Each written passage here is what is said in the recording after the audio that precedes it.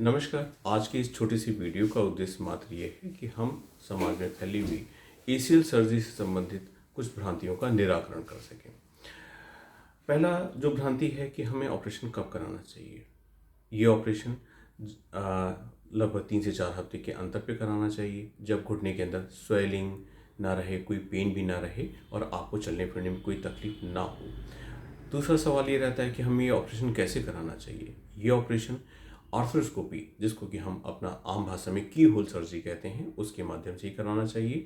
Open surgery इसमें बहुत ज़्यादा सक्सेसफुल नहीं है और रिहैब में भी बहुत सारी तकलीफ़ें रहती हैं।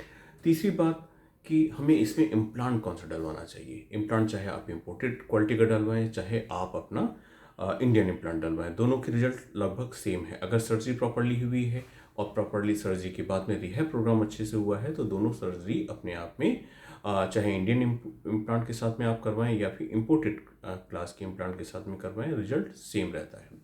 बेसिकली होता क्या है कि हमारे शरीर की एक छोटी सी मांसपेशी होती है जिसको हम हैमस्ट्रिंग बोलते हैं। उस मांसपेशी को हम हार्वेस्ट करते हैं एसीएल लिगामेंट को बनाने में, और वो दोनों तरफ फीमर जो थाई बोन है और नीचे जो लेग बोन है उसमें हम उसको फिक्स कर देते हैं, दोनों बोन के बीच में।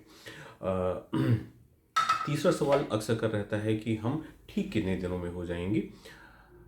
देखिए, चलना फिरना तो लगभग अगले दिन से ही चालू हो जाता है, लेकिन अगर हम प्रॉपरली बात करें कि हम अपने ऑफिस के जा सकेंगे तो 2 से 3 हफ्ते लग जाते हैं। और प्रॉपर एक नॉर्मल विदाउट सपोर्टेड वॉक करने में लगभग 4 से 6 हफ्ते का वक्त चाहिए होता है।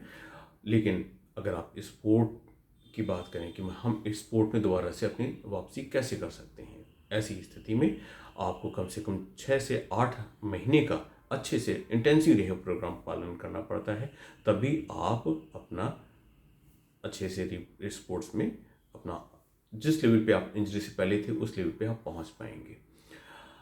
अब बहुत सारे लोग सवाल करते हैं कि इस सर्जरी को हम ना कराएं तो क्या होगा। बिल्कुल आप ना कराएं।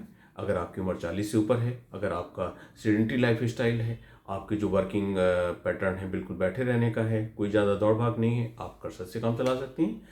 और अगर आप डांसिंग जैसी एक्टिविटी में इन्वॉल्व हैं, कोई स्पोर्ट्स खेलते हैं, भले ही आप रिक्रिएशनल स्पोर्ट्स करते हैं या फिर आपका जॉब प्रोफाइल भाग दौड़ करने का है, फील्ड वर्क का है, तो आपको ऑपरेशन कराना चाहिए अगर आपका घुटना बार बार आपको झटके देता है तो।